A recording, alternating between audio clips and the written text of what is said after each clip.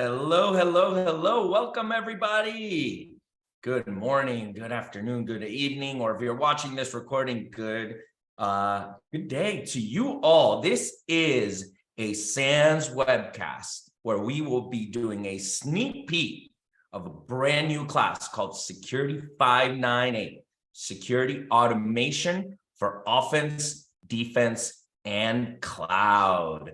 My name is Jorge Orchilles. I have done some of these before here, but I'm not going to be the main attraction today. A little bit about myself. I'm the CTO at Site. I'm a principal SANS instructor, mostly teaching the Purple Team courses. Those are Security 699, 599, and 504. Contribute to a few projects that you may have heard of, and just really happy to be here. But with me today, the real main attraction is the course author of Security 598, Jeroen Vandeleur. How are you doing today? Hi, thank you, George, for that awesome introduction. So I'm doing pretty amazing today. First reason, you also see that I'm based in Brussels, Belgium, but this week I had a unique opportunity to travel to Florida. So I'm now actually residing in West Palm Beach, in the sunny West Palm Beach. So it's pretty amazing out here. So thank you very much. And also a warm welcome to all of you joining this webcast. I don't know about you, but I'm pretty excited about this webcast. Why? Well, the past years, I've been looking into security automation, helping clients as a senior cybersecurity expert within Enviso, helping our internal teams related to security automation. And within that year, I actually tried to analyze, researched, looked into different technologies to see how automation can help our penetration testers, how automation can actually help our incident responders. And based on that analysis, well, we actually created the course over the past year, my apologies. So what is the main objective of that course? Because apparently it's security automation, because it's in the title, security automation for offense, defense, and cloud. So the key goal or the key thing I wanted to bring together with all those other people that supported me, so a big thank you also to them. It are cybersecurity experts, it are our red teamers, it are our incident response guys. So thank you for all the support and the effort and the insights you gave me. But the key goal of this course is actually to help you improve how you can use and leverage automation for your offensive and defensive activities. So SANS has multiple courses on automation. A couple of them are, for example, SEC505, Security Windows and PowerShell Automation, which is a great course taught by Jason Fossen. It's going really in-depth into PowerShell. With this course, I really want to set the scene there. Also, we are going to do automation, first of all, from a concept perspective, and then on a high level, we will touch upon those topics. And if you really want to do it in depth for Python, for example, you also have another course called SEC573, Automation Information Security with Python by Mark Baguette.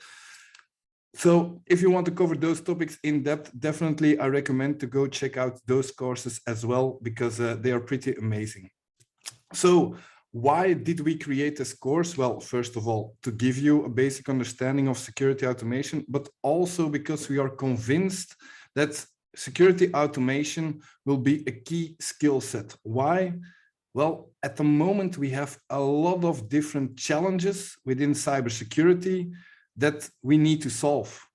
And security automation can probably solve some of these challenges or support you with some of these challenges. So maybe let's start what we are going to discuss today during this webcast and give a quick agenda on what is being discussed or what I'm going to present today. So what is in this sneak peek? Well, first of all, an introduction. So it's important to know why security automation matters. So tackling some of those challenges I already briefly mentioned before. Then in the second part, we will have a look at the course. So how the course is structured, which concepts are in the course, which table of contents, for example, is per section within that course. So really the structured approach, like what is SEC598 all about? And then we will have a small look and feel on how the course looks like by presenting a little chapter. Due to the time limitations of 1 hour, I'm not going to teach you that chapter, but I will just introduce you a little bit about how the course looks like and what we are going to discuss, for example, within that chapter. And then afterwards, we also have a small lab demonstration. Again, I don't have the time to go over the full lab because it's a rather complex lab, but I will show you what the end goal is of a certain lab within SEC598. So hopefully you're excited with me and we can actually start with a small introduction. So why security automation matters? I think most of you already know like what is the course about. So what are those key takeaways? And I think there it's definitely a good idea to just explain you a little bit like, okay, what is the course about? Meaning, how did we construct the course? So it's a unique mix of automation concepts and engineering tasks for security operation. What does that mean? Well, we will go into automation basics. So the concepts itself. So where do you want to define your triggers? What do you want to automate? How can you identify repetitive tasks and translate them towards an automation playbook or script? So those are the things that is really a key takeaway from this course. Also, translating these concepts into technology that is available for small and large enterprises. What does that mean? So we will first explain you the concepts about security automation. We will see how it works, and we will then use open source tooling to also implement it. So why are we using open source tools? Well, typically because it's better and it's really how do you say it? It gives you a very detailed overview on how to implement certain things. I do like all those commercial offerings and all those commercial tools, and we will also discuss them because there are a lot of great tools, a lot of great commercial tools out there, and we will also use one or two even within the course labs. But before we can actually move towards looking at the commercial solution, we really need to understand what is that specific concept doing and how does it work. So that's why we really tried to make it very concrete with open source tooling, translating those concepts into technology. And of course, it's also a practical matter. So we have more than 20 labs within the course. So it's really like learning and then learning by doing it. And security automation definitely is something that you need to learn by doing it. So we will have a lot of fun during the labs that we have created for SEC598. Maybe on the left side there, you see a little bit of, okay, what are some of the requirements or what can I expect of that course? Well, first of all, do you need to be experienced in cybersecurity? Well, the experience needed is moderate in that sense, like you need to have a basic grasp of cybersecurity concepts. Do you need to be a penetration tester? Do you need to be a forensic expert? No, of course not. We would like to invite you also to attend this course because it's pretty amazing to see what you can do with security automation. But you do need, before you can actually, it's not an introduction course, but you do need some kind of experience related to cybersecurity before starting or before taking this course. Otherwise, it will be sometimes a little bit more challenging to follow. On the other hand, we really focused on the hands-on learning part, meaning really focused on practical things, how to use those technologies, which technology is available, which tools are available, how can we translate the concept into an automation script, for example. Those are the things that matter for SEC598. So it's really from an engineering perspective. Then, of course, we structured our approach from engineering towards cloud, towards hybrid models, towards offensive side security, towards defensive security activities. So meaning there we have an entire structure that you can follow during the next section also, which I will explain a little bit more in depth how we structured that course. We're also using, like, for example, MITRE Tech. I know it's not a silver bullet, but it is a very useful framework to actually automate certain activities from an offensive side. And of course, the science promise immediately applicable. So we really want this course that if you take this course, that you have immediate actions that you can bring back to your organization or to your environment and that you can implement there. So that's definitely something we promise there also within this course, that you have key takeaways and actions to bring home that you can use within your organization. But maybe first of all, why does security automation matters? Well, we have 5 challenges and probably you know all of them. And the first challenge, I think, yeah, it's an important one. It's related to resources. So what does it mean? Well, Gartner estimated that in the future, we will have a resource shortage of 2 million people within cybersecurity.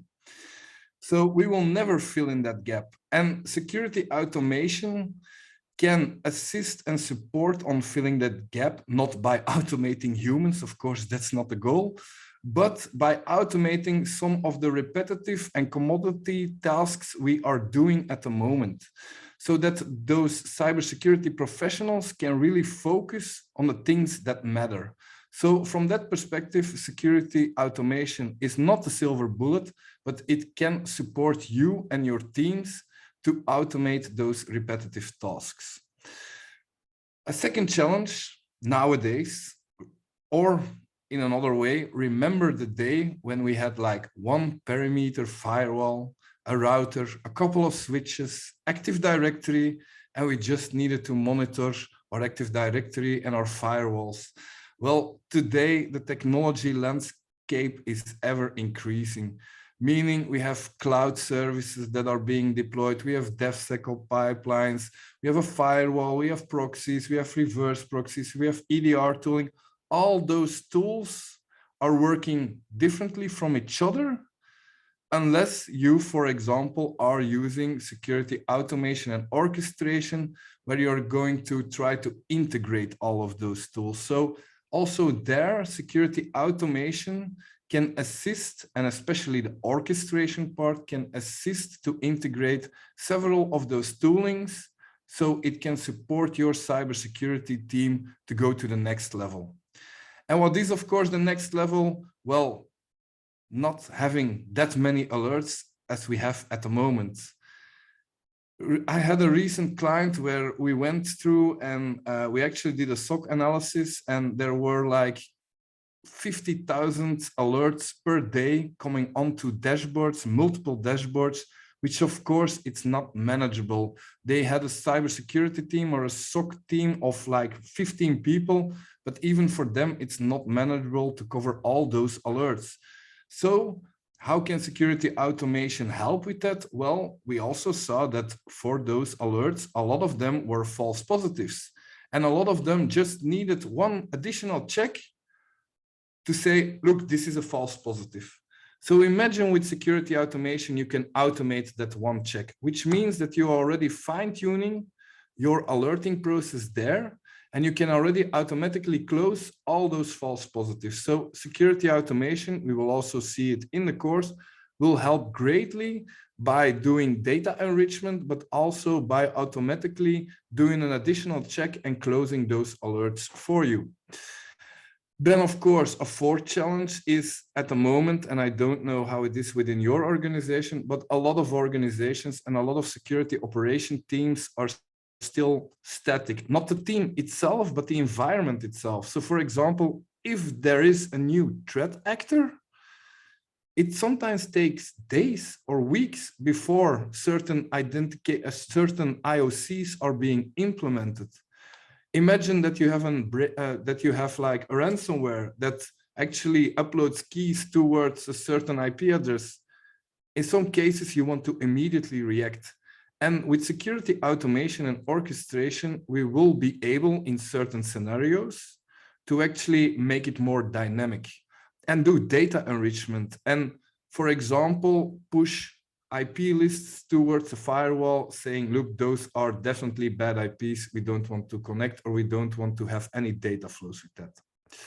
And then last but not least is the speed we respond to certain incidents. So the last report I saw in 2020 by IBM, it was the cost of a data breach. In that report, the average was 220 man days before people detected an incident. 220 man days, which is way too high. I think nowadays we are doing better. A lot of organizations, I'm seeing that they are actually doing better now with their detection ratio, but still it takes too long to detect certain attacks, but also to respond on certain attacks. So imagine that you have automation enabled and that a system got breached and that you immediately detected the anomaly, something suspicious happened, that you immediately took a snapshot of that system for analysis.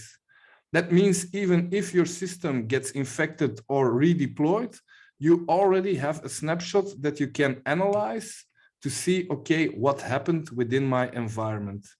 A lot of incidents nowadays where we get called is like, but do you have like a backup after the reboot or not? Well, a lot of those systems, they don't have like a backup mechanism, or they have, but it's very static. And in that perspective, automation can, of course, help you. If it finds the right trigger, then it can take, for example, a snapshot, or you can even isolate, for example, a workstation. So automation is here to help. Let me quickly give you a small example of, for example, the alerts. So on average, so we measured it for all our clients and with all of our clients, like on average, we have like alerts between 10,000, alerts, events. Events is something else than an alert, but we have around 10,000, between 10,000 and 150,000 security events every day, which is a lot. So imagine we are smaller organizations, so let's limit it to 10,000 events. Well, this typically resulted in around 600 security alerts, more or less, it's an estimation. If you combine that amount of security alerts with the average time an analyst spent per incident, which is 20 minutes, then for a small organization, which is generating 10,000 security events, it are not alerts, it are events, then you will have to have at least 9 analysts. I don't know about you, but for smaller organizations, typically there's 0, 1 or 2 analysts available to tackle those kind of things. So also there, if we can leverage security automation so that those analysts can focus on some of the core activities and some of the additional value, some of the, how do you say it, more complex tasks, well, that will definitely support your security. So now we know why security automation matters. Let's maybe have a look on what we are going to discuss in this course. So about SEC598. SEC598 is a 6-day course where we have 6 different sections. The first section is security automation concepts, which means we are going to talk about certain concepts within security automation. So architecture-wise, technology-wise, but also where do I find the trigger? How do I define a playbook? Maybe conceptually, what do I need to automate? What are some of the requirements before I can start automating? So those are some of the main concepts we will tackle during section 1 of SEC598, security automation concepts. Once we have those concepts ready and printed in our head, we can move on to section 2, where we will actually apply those concepts into engineering actions, which really means creating scripts, using tools to have an idea about the capabilities of security automation. So we will discuss several tools, several techniques that you can leverage within your environment to automate certain things. Then section 3, because cloud is It's a big topic these days. You also see it with SANS. They have a whole curriculum of courses on cloud, but we also have an entire day on security automation in the cloud. So there's also a dedicated course related to security automation, which is the SEC598, which is Cloud Security and DevSecOps Automation by Frank Kim, Eric Johnson, and Ben Allen.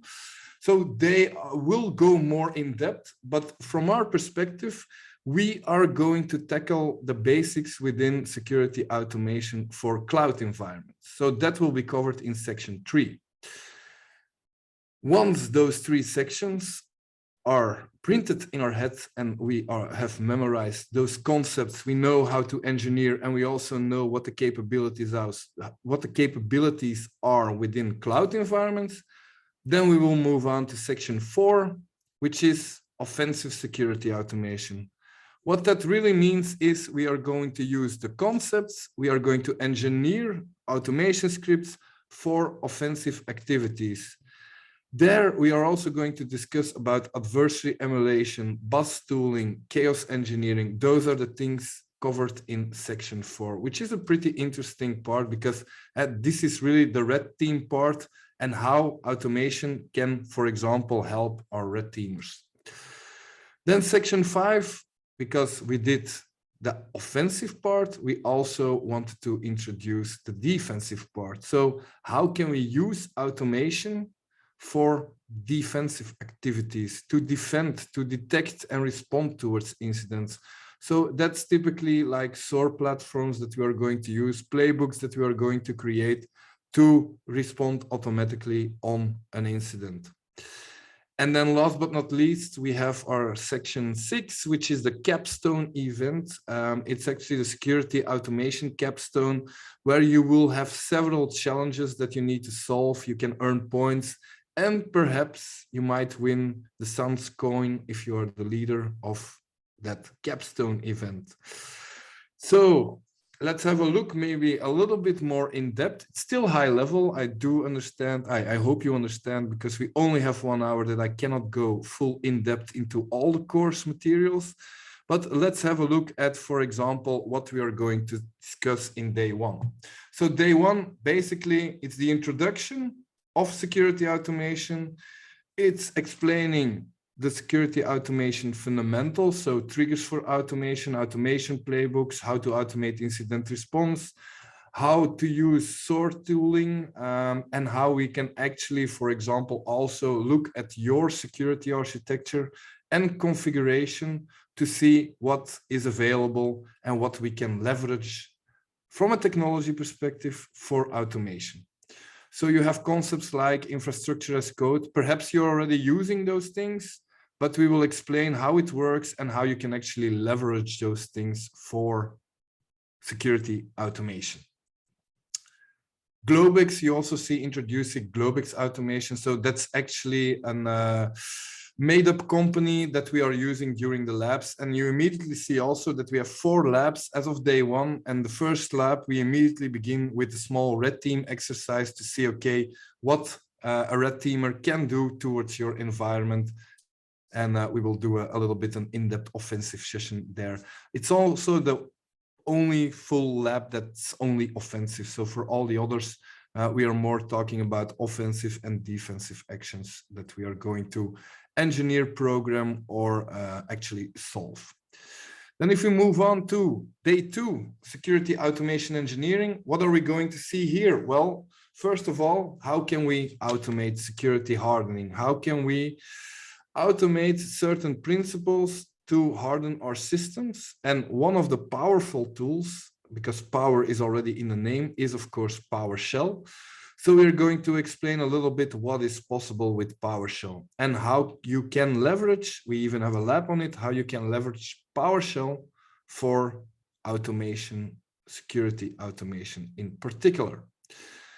In the next section, it's a very interesting one, is the configuration management tooling. Well, there we will discuss a multitude of technologies such as Chef, Puppet, Ansible, and you immediately see that there's also a lab on Ansible. So we are going to see how you can work together or how you can work with those tools to monitor your environment, but also to deploy and to fix certain misconfigurations within your environment. So it's a very interesting chapter, and we are also glad that we didn't do it the basic way, but we really did it the hard way. So how would you do it within your own production environment? So not with clear text, username and passwords, but really with certificate-based authentication and stuff like that.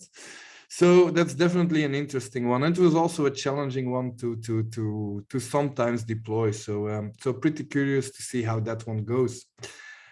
The next part is security orchestration and automation, which typically is referred as SOAR tooling, but we will start with how we can also use security automation with, for example, a language like Python. And then we will move on towards security orchestration tools, which are, you have XOR, you have Tines, you have Sentinel and Logic apps. So all of those tools are then being discussed a little bit. And where we also will find out, okay, what are the stronger points of those tools? What are maybe a weaker point, or which tool is more suitable for what? And then you immediately see that we have like 3 labs where we will install XOR, where we will create Cortex analyzers, where we will actually develop our first playbook. So definitely something to look forward to.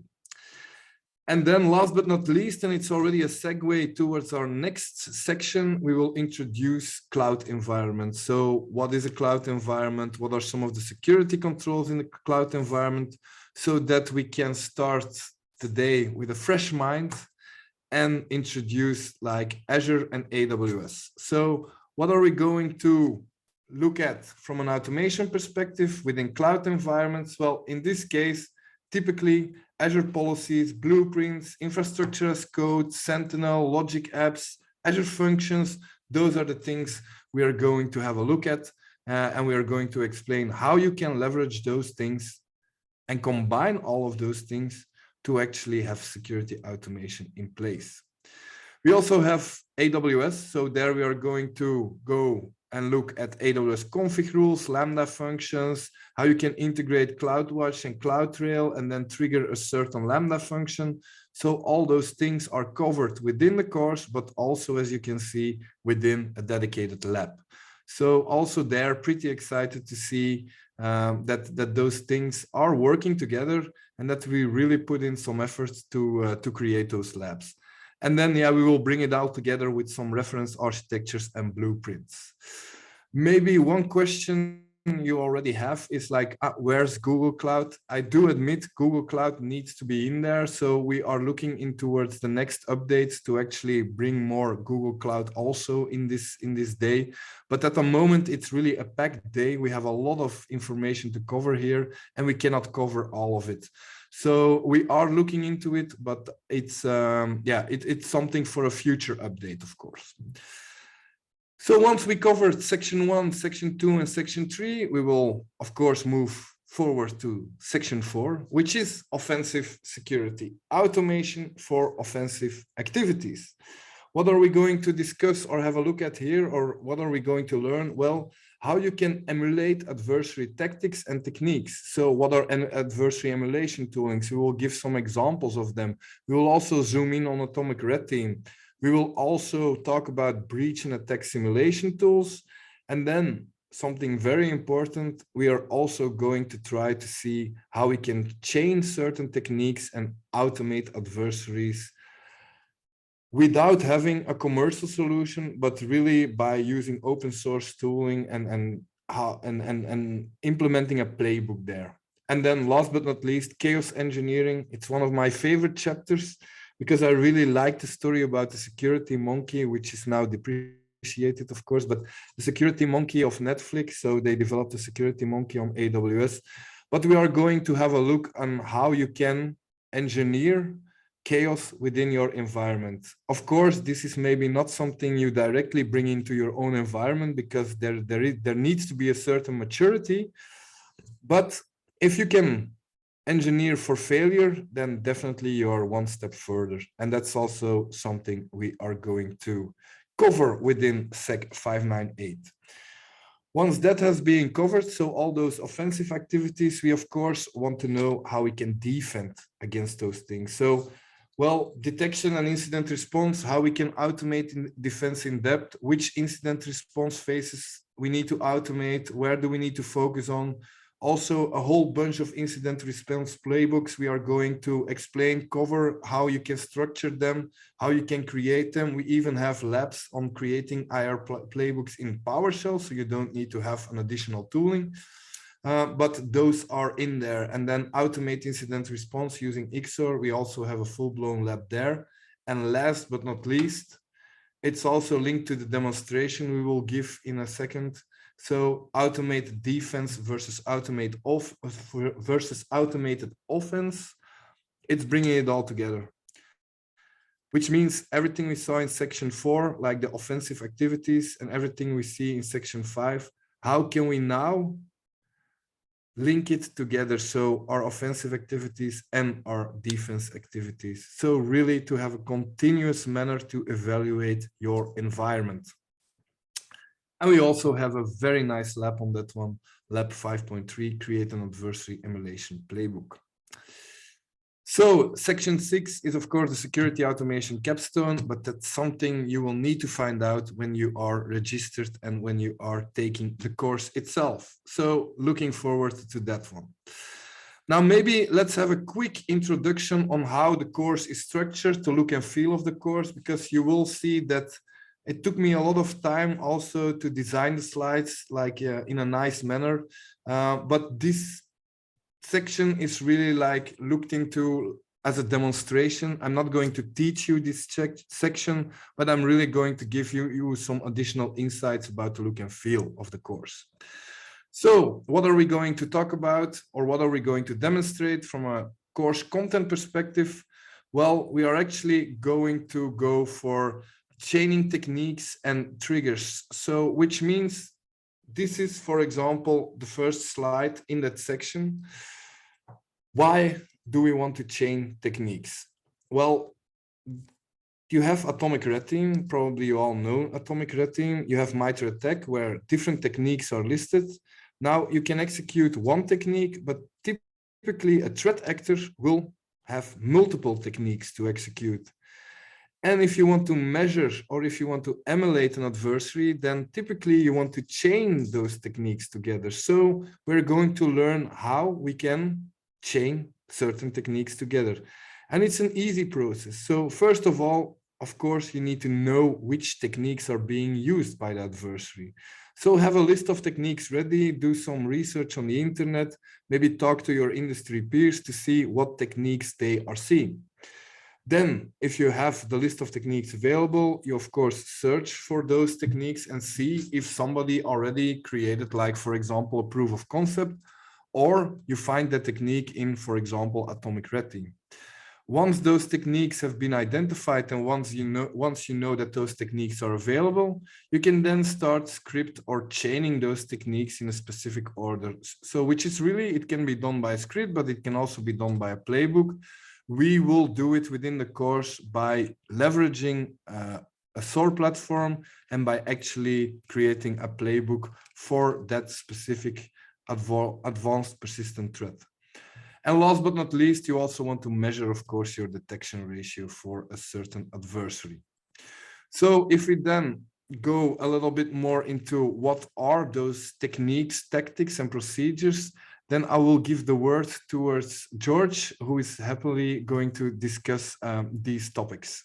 Yeah, this is one that I love quite a bit, especially since MITRE attack came out and kind of became the industry standard, right, on how we look at adversary behaviors.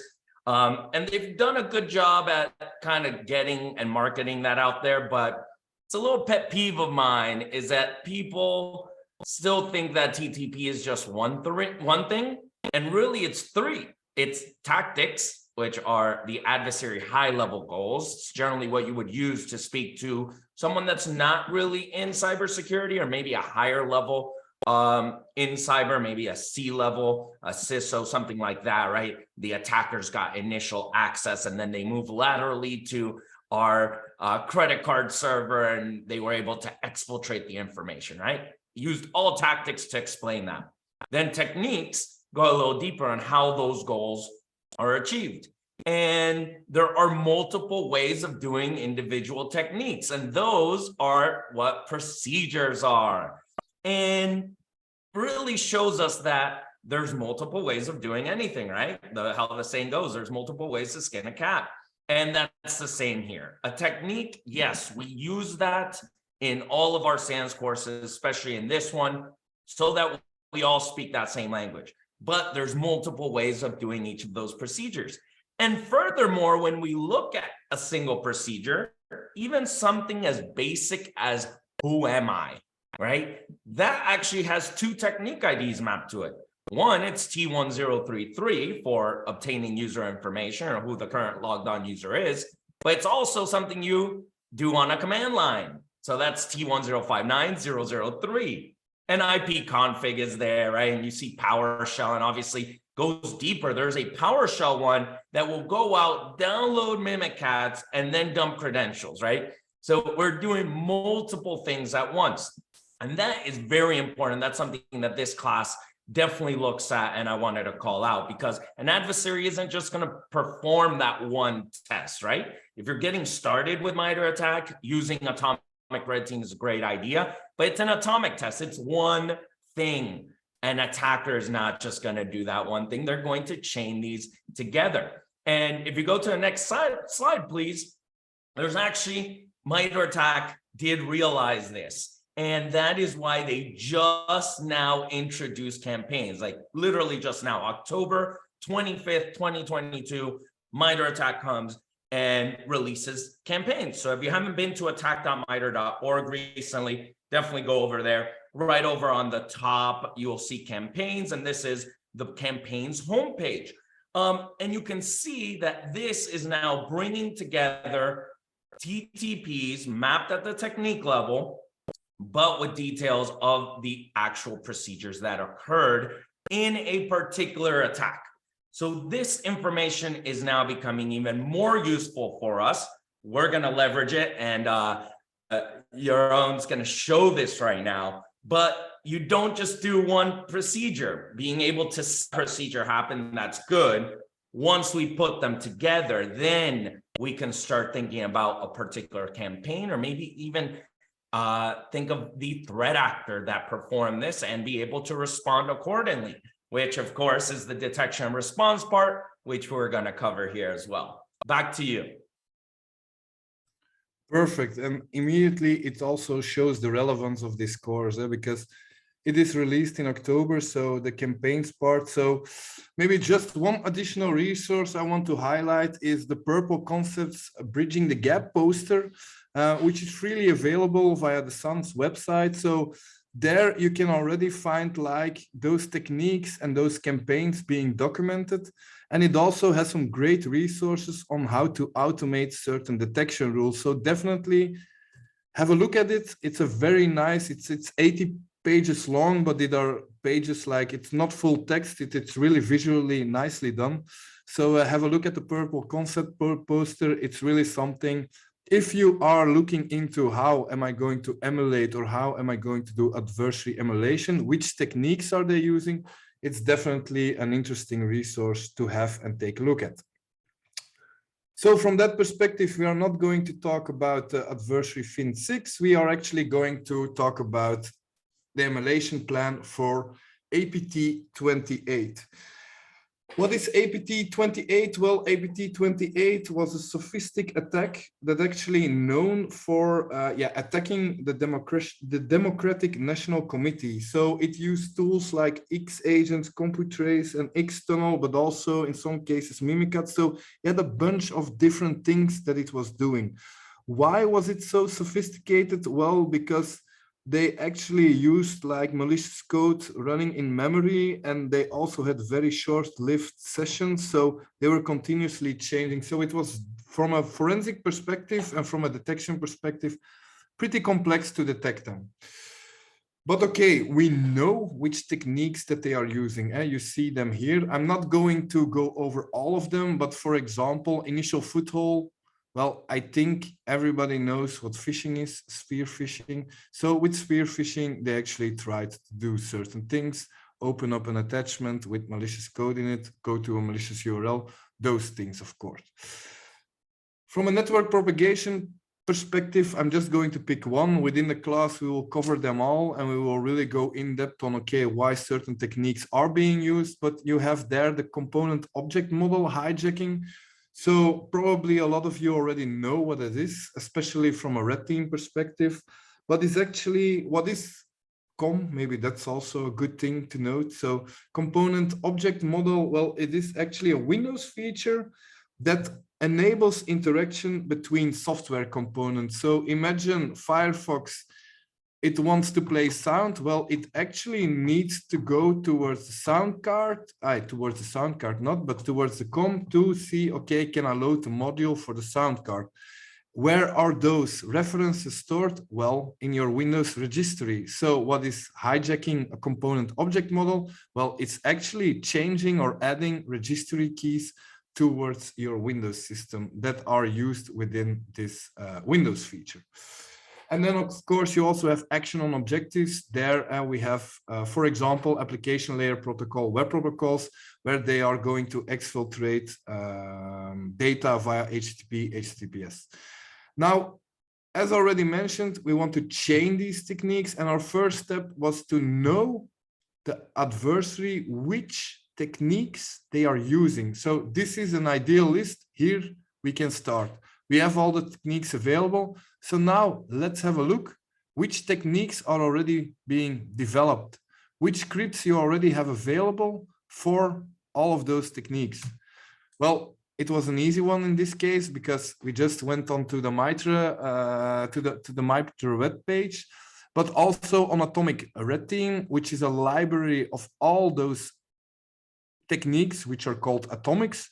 And let's just have a look and filter on all those techniques to see if they are available. And as you can see, we immediately got like almost all of them available, except for technique 1005, which is data from local system, which is something customized, but it doesn't need to prevent you from writing your own technique there. Because what is a technique? Typically, it's some kind of action that is being executed by a malicious attacker. In this case, it was running a print program on the local system, so to exfiltrate data. So if you see that happening, you can actually write the technique on your own. And I also encourage you to do that, of course. So now we have all those techniques. We, of course, need to chain them together. And here it's just a visual interface of XOR. So we will explain a little bit how XOR is working. What are the integrations? What are the automations? Where can we find those integrations? How we can configure those integrations? And of course, for Atomic Red Team, we needed to write some customized automation code, which I'm also pretty proud of. We can cover within this course. Is really with a Python. We will develop a Python layer on top of Atomic Red Team to actually talk and communicate with XOR to simulate certain campaigns. So this is also being covered in the course, of course. I'm not going into depth on how the code works. It's all covered in that specific course, SEC598. Then the next step, once the integration is ready, we of course want to launch our playbook, and you can see it here. We have our playbook with all our techniques. We have two different systems where we are going to run those techniques on, and then you see all those tests being executed, which of course is from a playbook development. Well, it's pretty easy because you already had those techniques in a certain order. What is important is to use the inputs and the outputs of those different techniques and to see where you can actually detect that adversary or that ATP group. So adding a new technique, also pretty basic, explained in the course. We will go visually through all those screens and try to explain what is behind every value within that interface. And it's not only for XOR, it's also for Tines, for other SOR tool platforms. So we have a lot of information on those tools, on those technologies, and how you can leverage them. And then last but not least, also customized dashboarding. So see how we can actually execute and detect certain offensive activities. So I think that's enough theory, sorry for that. I think that's enough theory. So maybe let's go to the lab demonstration. I quickly need to jump into my other presentation to explain to you what we are going to demonstrate here. So just as an example, this is one of the labs we have within SEC598. What do you see here? We have a SOAR platform. In this case, it's XOR. It can be another platform, but we have a SOAR platform that is the link between everything that we can collect from a detection perspective, but also the link towards our offensive part. What do we do there? Well, actually, we invoke atomics with PowerShell remoting. And what's great about it is that we now have a central place where we will start automatically our offensive activities, but where we also can capture our events and alerts. So ideally, we can map what we detect for that specific adversary. And in our case, it's the APT28. So this is a little bit the setup. This is a little bit the scene. What we are going to present in the next slide is a small demonstration of the result. So as I previously mentioned, I don't have the time to go in full detail over the lab, but we did record the result, and the result that you also will get when you are doing one of our labs at the SEC598 course. So this is the lab. And here you immediately see like, okay, we are working with XOR, we are working with that interface. And in this case, I already tested certain ATPs. I already tested multiple campaigns to see what was going on. But of course, for the course content, we really want to create a new campaign, and we really want to do that integration with Atomic Red Team. So this is a little bit an example on how we are going to create a new adversary emulation campaign. So in our case, we are looking into APT28. We use the category adversary emulation. XOR now already knows that he needs to, or it needs to use the integration with Atomic Red Team. So I know it's a weird naming convention, incident, but it's actually because XOR is an incident response tool. We are abusing it a little bit in this case, but we are doing adversary emulation. And here we are going to select, okay, which is the target where we will run adversary emulation on.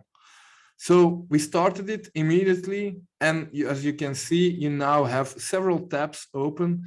And within the work plan, it will be a familiar amount of techniques that is listed there. But within that work tab, you can see that we have all those techniques already listed. So this is the playbook we are also going to create within the SEC598 lab. It can be a little bit different because we will do some other complex or more in-depth stuff.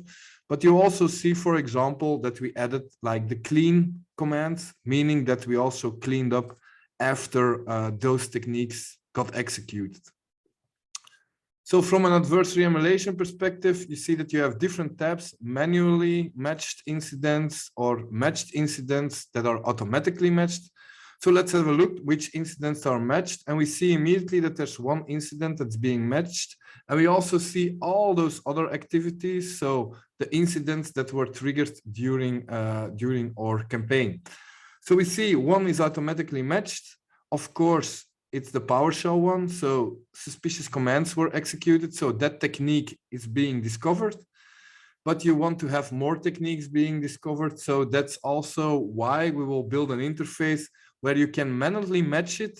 And then the next time it runs, it will actually identify that this type of logging needs to be linked towards a certain technique. Because we already have the event in place, we already have the alert there in place, it needs to be how do you say it, matched automatically, and we have already the detection the detection capabilities for that specific technique. Then on the other hand, we are going to see, okay, this is typically a playbook, how we can add a technique, but I think you understand the essence of what we are trying to achieve here, and it's really combining the offensive activities with defensive activities. So combining the techniques we are executing with the events we are collecting, and automatically matching them to see what we can detect for a certain adversary. So with that, I'm going back towards the original slide, which is a lab demonstration, and I'm going to give the word to George again. Yep. Thank you so much. An awesome lab there. In the part, as part of the SANS promise, we always want to give you something that you can use immediately.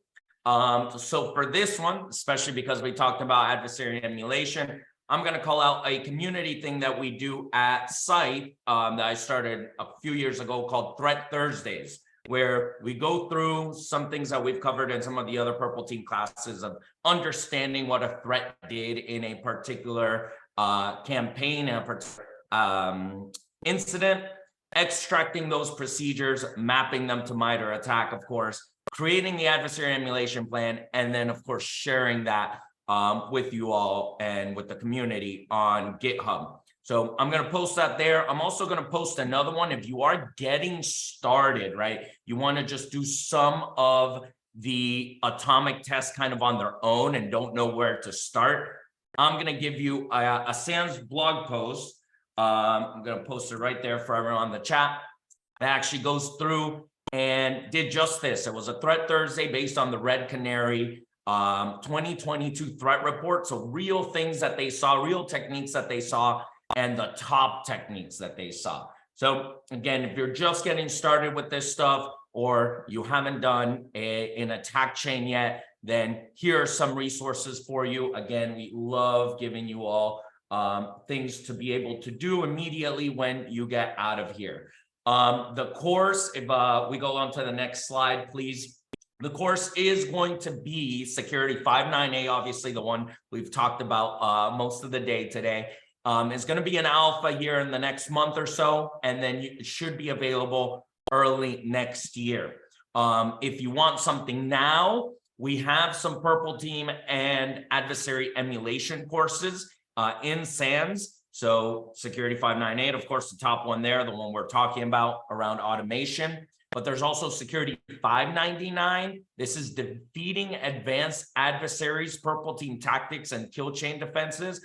Actually, in Viso, where Jeroen works, and Eric Van Boegena, also known as the Dad Jokes King, has covered and done some of that for Security 599. Security 699, a little more advanced, the 600 level course, Purple Team Tactics, Adversary Emulation for breach prevention and detection.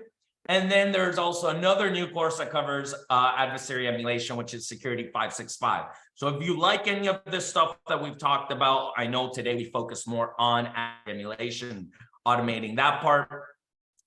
There are courses available for you right now. And then the last thing I want to do before we get to Q&A is invite all of you, if you go to the next slide, we have a free 2-day Pentest Hackfest Summit. It is in person in Washington, D.C., but if you can't go in person, it is virtual and free virtual for you. So this is going to be on November 14 and 15. It's packed. It has 2 tracks, one that's the offensive, red team, pen testing, etc. Some cloud talks there as well. And then there is also a Purple Team track. So if you want to attend that, or even if you can't attend that, there's a little secret here, register for it, and then you will be the first one to get the slides and the recording. So I'm going to post up a link for that Hackfest there. All you need is a SANS account, same account you used here, and that's going to be a great time. Again, 2 tracks, one covering offense, one covering Purple Team. And again, just giving you all the nice resources that we put together here at SANS so that you can do some stuff as soon as you walk out.